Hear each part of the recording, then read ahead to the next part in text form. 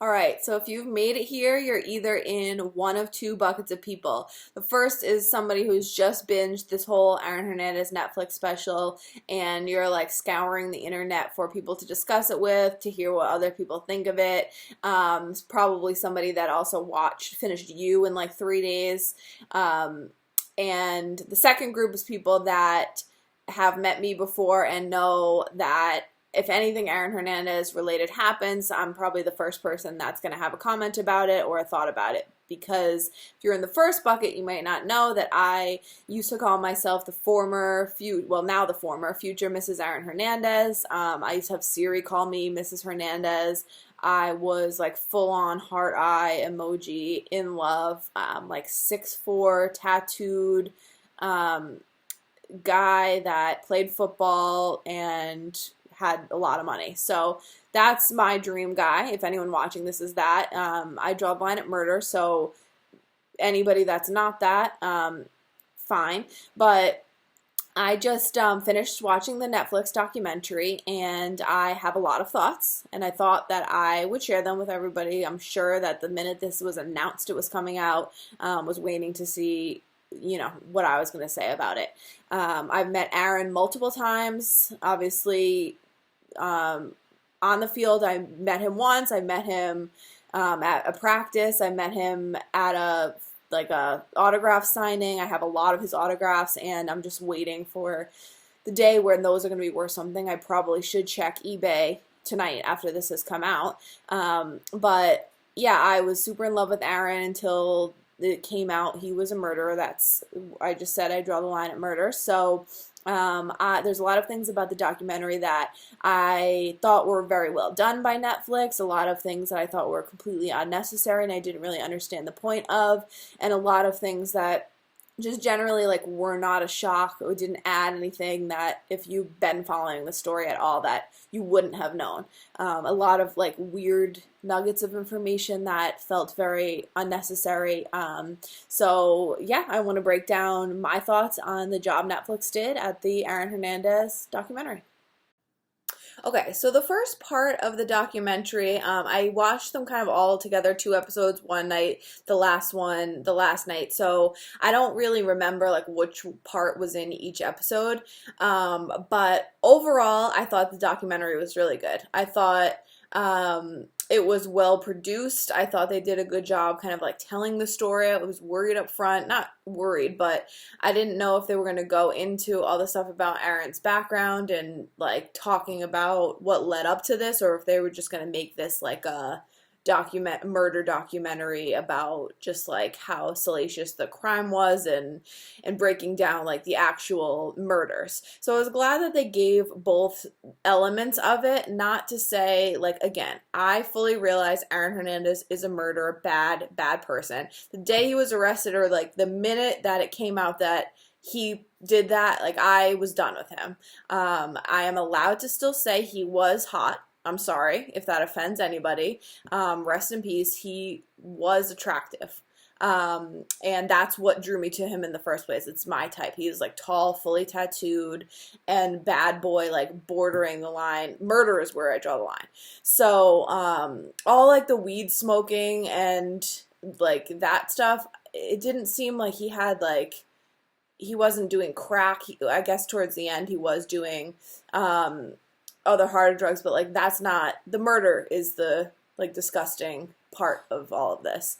I'm not taking away from any of his crimes. I don't think this is a joke. I don't think it's funny. I realize that he's a murderer, but just the documentary did a good job of actually breaking down who he was as a person. And I think ultimately, the whole point of this was that there's not one thing to blame. At the end, they tried to talk about the CTE. They tried to talk about his family upbringing, where he lived, the people around him. I think the point was not supposed to be they're blaming one thing as the reason why he killed minimum 3 people, but I think it was the combination of all of those things that sure, at the end they were talking about how there's been millions of NFL players and nobody has ever played a full season after allegedly murdering 2 people, which by the way is not factually correct, because I'm pretty sure we still haven't found Ray Lewis's suit. So I just think it was supposed to show the whole package of it, like the combination of his family upbringing, combination of the sexual abuse and his sexuality, all of his friends and the people he's surrounded with, and then the brain damage. Like, I think just that was the point of the documentary. But first, after that, like, after just saying it was overall good, the thing that I took out of this the most was the cast of characters that they hired to speak in this documentary. Obviously, they didn't have anybody major. They only had like stock videos of his brother or his fiance. They didn't have anybody like core to the story speaking. So some of the jabronis that they hired to talk about this and like feign like they had any expertise in like sexual psychology, any of like forensic science, like they were getting some weird psychologist reporters that I didn't understand what they were going to bring to the story. The first was the random, like, weird childhood friend of his and his dad that they were sitting next to each other the whole time talking about how he used to, like, give Aaron blowjobs when they were 10. It was a very weird dynamic. Not only was that guy weird, his dad was weird. Together, the whole thing was weird. I don't know, like, even when the last time they talked to Aaron was, it seemed like maybe middle school. So I don't really know what, like, value they added, what information that they really added besides trying to, like, have one person on camera that was sexually involved with Aaron Hernandez. They were fucking weird when he was talking about how the guy was in the house making, like, bacon with no pants on or something. It was just a weird vibe I got from the two of them in general. I didn't understand the point of them or what they brought to the story. The football player friend of Odin Lloyd that they also brought in, I don't know, like, it was very clear he had a lot of feelings harbored toward Aaron Hernandez, rightfully so. He killed one of his really good friends. But I just don't know if he was, like, the right person to speak about the whole story. He was, like, coming from one side of it. I don't know, again, how he was involved at all, if they ever talked about it. It just seemed like he wanted to be on, like, a Netflix special, and they needed more people that were coming from that side. So I didn't really think he was any expert in the case. I didn't really know how he was relevant to the whole thing at all. So already those were very weird to me. Wiggy, Jermaine Wiggins, like, what? I mean, like, at least they put Lee Bodden in there. At least Lee Bodden played with him, like, met him for 2 years. Wiggy was 10 years gone out of the Patriots organization before Aaron got there. Sure, he's, like, on Boston radio, and I'm sure he heard of the story and covered the story, but I just did not, like, of all the people, obviously he probably jumped at the opportunity to get on Netflix, get that Netflix money, and he'll do anything, any appearance, anything, but the way he was so passionate and so like, confident that he knew anything about the story after, like, would he meet Aaron once at, like, a alumni weekend or something? I just don't. I guess they needed somebody from the Patriots. Lee Bodden probably didn't give them enough, and I don't know, Wiggy was probably calling them. So I thought that was a very random choice. I didn't understand the point of him. And then the last one that I also really didn't understand, this, like, is a big theme of the whole special, was the whole undertone of his sexuality, the fact that Aaron was gay, allegedly, what they're saying, at least bi, because he had a fiance and a child. So the random guy with Ryan O'Shaughnessy, great for him. I'm so happy that he was able to be himself, come out of the closet, be a professional football player. It's inspiring. It's beautiful. But there's just no relation to him and Aaron. Like, it was very awkward when he was telling his story about what it was like to be gay growing up and how he, like, wanted to kill himself and he didn't feel accepted. Like, that all felt super, super personal. And then they were trying to infer, like, that's exactly what Aaron was going through, or, like, that's exactly what Aaron was thinking. And I just thought that, like, those two didn't really go together. I have no problem if Aaron was gay. I feel horrible, like, that somebody would have to go their whole life suppressing it because it's not normal for a professional athlete. I think there's tons of gay NFL players, gay NBA players. I'm sure there's millions of them, but maybe not millions. But I just don't get how that connected to the story at all. Again, it was just like they needed a gay football player. He played for the Patriots. Like, he was very well spoken. I appreciated it, but it just made no sense of what his point in the documentary was. I think we could have done without that, unless it was just Netflix trying to make a point about gay people in sports.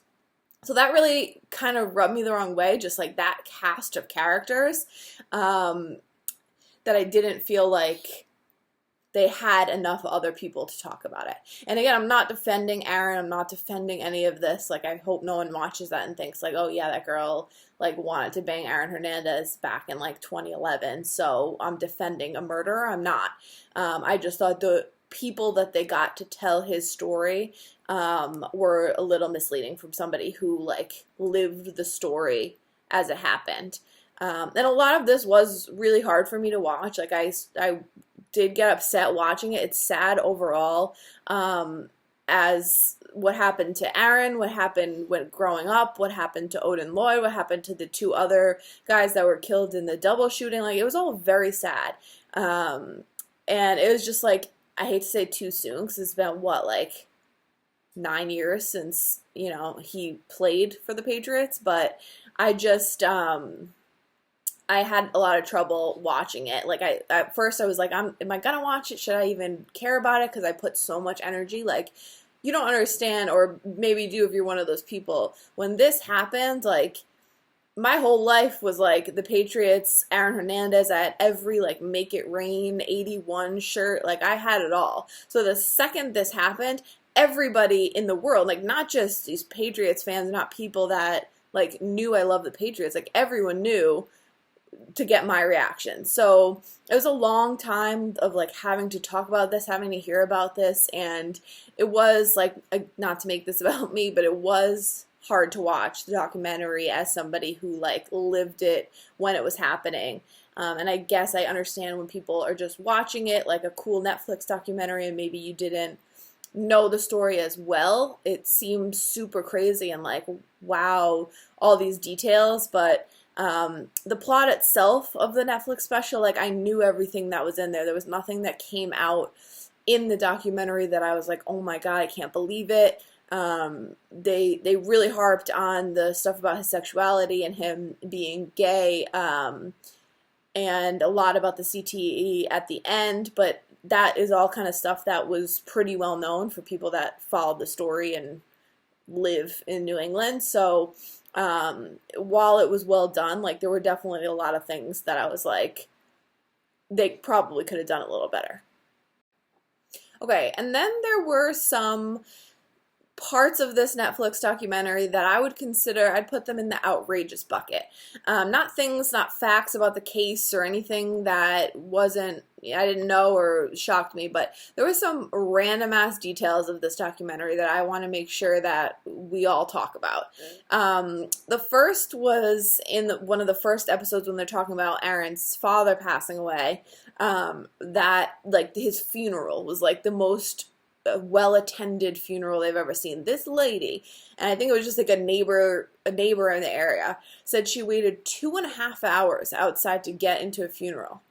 I wouldn't have waited 2.5 hours to meet Aaron back in the day when I thought he was the love of my life. I wouldn't wait 2.5 hours for anybody. So for waiting to get into a funeral, like, these people must have either been terrified or just like, I don't know what Mr. Hernandez had over these people that they're going to wait 2.5 hours in a line to get into his funeral. But I thought that was outrageous to be waiting in line. The second was the reenactment. Like, they touched on the Florida stuff. There wasn't a whole like deep dive. I don't think like Urban Meyer and Tim Tebow are probably the most willing to sit down with Netflix to do a tell-all about Aaron Hernandez, but they did have a bunch of clips of Urban Meyer talking about how he would have family dinners with Aaron. He'd be over with his wife and kids all the time. They tried to put a little bit of like Tebow in there. First, like, I still have trouble understanding, like, even just a clip of Tebow, like, it was electric, and I just still am struggling with what makes Tim Tebow so interesting and like cult people like a cult like following. Like I just don't. He's normal attractiveness. I mean, he's smart and he's very well spoken and he's like was really good at college football, but like that's a long list of people that fit that criteria. So I just like I'm still baffling that we are that obsessed as a society with Tim Tebow forever. Like anytime he's on this screen, people are just glued. And then also they did a reenactment of Urban Meyer and Aaron Hernandez like at dinner. There were a few reenactments in the show of like him shooting somebody, and then this one where they were like at dinner, it showed them I think from like the nose down sitting. It was so cheesy. With the money and the budget that they probably had for this thing, I just thought that was like an excellent reenactment in the like outrageous category of things that happened in this. And then another thing that I thought was interesting that they kept trying to emphasize is how much Aaron loved reading Harry Potter. Like, dude needed the latest installment. He was like, I don't care if it came out 10 years ago, you better get me that new Harry Potter book. That seems like all he was reading. So they brought it up like 3 times. I thought that was very interesting, and probably the one fact that like I didn't know out of that he was that into Harry Potter. So good for him. And then at the end, they did a lot of the second trial. So after he'd already been convicted of the first murder for Odin Lloyd when he was on trial for the double homicide in Boston, and they did like a full analysis of his tattoos. I mean, how fucking stupid. Like, I know he's very stupid. He was very stupid, everything he did. Like, he didn't even try to cover up the murder of somebody, like, a mile from his house. But the tattoos he got, like, of the gun with the, like, bullet missing, the way they had the tattoo artist, they were, like, taking all the pictures and analyzing his tattoos. I mean, it kind of sucks to, like, do that in court if that's really, like, what if you just wore an outfit one day that, you know, they were trying to use that as a confession to murder, but it like legit was. I thought that was like probably the dumbest part of it, that he's just like tattooing guns all over him. And as I say that, I realize that it's so different between sports and like rap music, for example, because there's probably every single rapper right now has to have some sort of like gun tattoo on them. And like, if you found out that, like, 50 Cent killed 4 people, it's going to have such a different stigma than a professional athlete. So, I thought that was interesting how they used all of that in court and how it, like, basically admitted his guilt. And the last thing that I thought was also outrageous, and maybe this is just very naive of me, I've watched a lot of Orange is the New Black, I've watched a lot of like A&E true life inside a prison documentaries. I know like they make alcohol there, they like make makeup, obviously they can tattoo, but like they're just smoking some weed, like weed alternative in jail. Like the night that he killed himself, they were like, yeah, he just like smoked a blunt. Like how do you... I kind of am more interested in, like, how that whole thing happens. And there probably already is a show about it, but I don't know how you get access to that. Like, it's like the whitest white girl comment you could probably ever say, but I'm genuinely kind of curious about that. And then last, probably the hardest part was, like, all the Patriot stuff that they ended up getting into in, like, the third installment or the third episode of this limited series. I was waiting for it. The first one kind of centered a lot about like his childhood, his upbringing. The second one kind of bridged the gap between him going to college and where like his dad died and a lot of the really big changes started happening. And then towards the end of that and into the third one, it got into a lot of the Patriot stuff. It's still to this day like is the craziest thing to see, like a murder trial of Aaron Hernandez happening and Robert Kraft having to walk in and testify. You could tell he had obviously had no idea what he's doing up there. Although some might say it maybe was good practice for any upcoming legal cases that he's going to face. He was very, like, he had no idea what he was doing up there. and it was hard to watch that. Like, if they had to call Bill Belichick up to the stand for that, I mean, Aaron had to have known better than to involve him in that, because if he had to go to court and sit up there watching Bill Belichick testify, like, I mean, people would have paid to see that, but that would have been a nightmare. It was still very weird to see Robert Kraft. Like, I remember when it was going on, thinking, like, are they going to bring in Tom Brady? Is there somebody, as like Wes going to have to go to the stand? And if you're new to this, new to me, like, Wes, before Aaron, there was Wes. Truthfully, lucky I got my cat before Aaron was even drafted, because I probably would have named him after Aaron instead of after Wes. So thank God for that.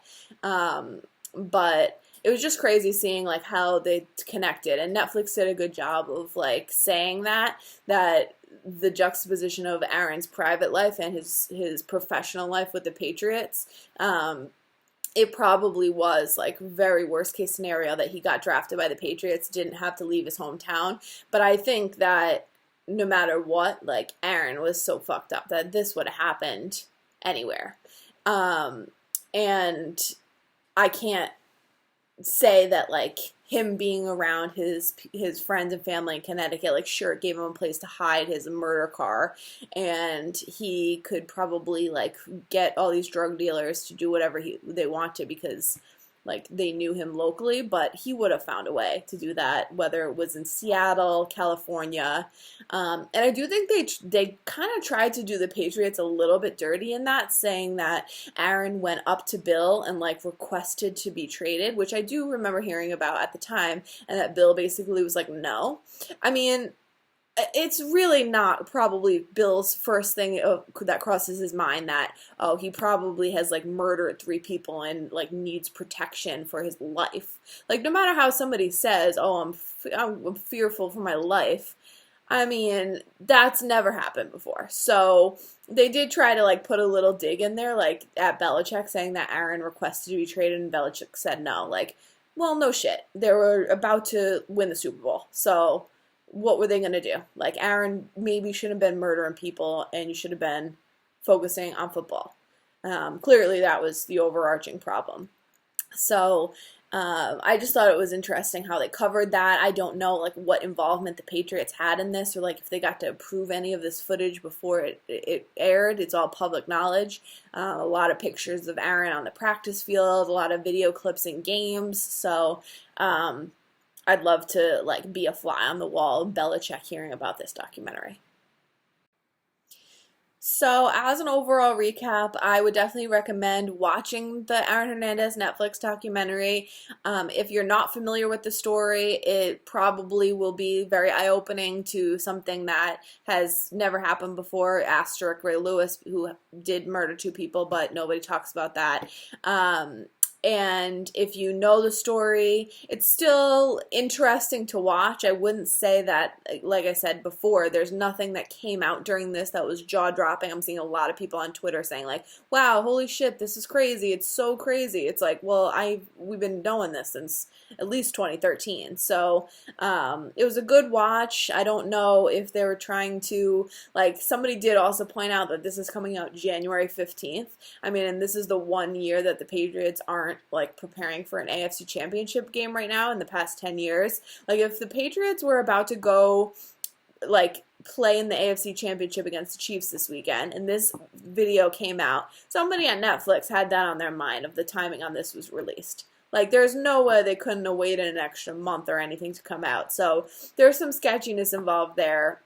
But it was fine. I think it was very sad from all accounts. Obviously, like, the whole story of everybody that was murdered in this is very sad. It's very sad what happened to Aaron, if all of that stuff about the sexual abuse and his sexuality, and he felt like he couldn't be himself. Like, that's very sad. I think what happened with his dad was sad, and that doesn't make it okay to murder people, but it was at least a good story that they gave you the full idea of who he was and what happened.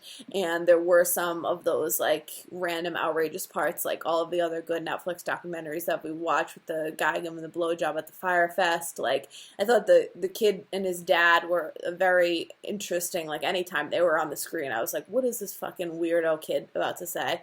So there were some parts that were at least like entertaining for people that really know the story. And yeah, I just think people are always going to be fascinated by the story. I'm still waiting for my jerseys to be worth a lot of money someday. I don't know how I got so like personally attached to somebody that happened to be a triple murderer. That says a lot about me, and that's always kind of been my story of how I judge people and how I pick guys. I always seem to pick the wrong ones, and nothing tells this story for me more than it does with Aaron Hernandez. I'll put some of the clips in here of like all my crazy actions leading up to like I met him once at a mall, like a sports store in a mall, took a bunch of pictures with him, like, and in the photo he was not smiling. My friend was taking a picture and she was like, "Are you gonna smile, Aaron?" And he like laughed. He seemed like a kind of an engaging person. He wasn't, I didn't think of him as an asshole. So you just really never know with people. Nobody would have ever expected it, and that's what makes the story so interesting. So I know everybody was dying to hear my thoughts on it, and I would encourage you to watch it and think for yourself.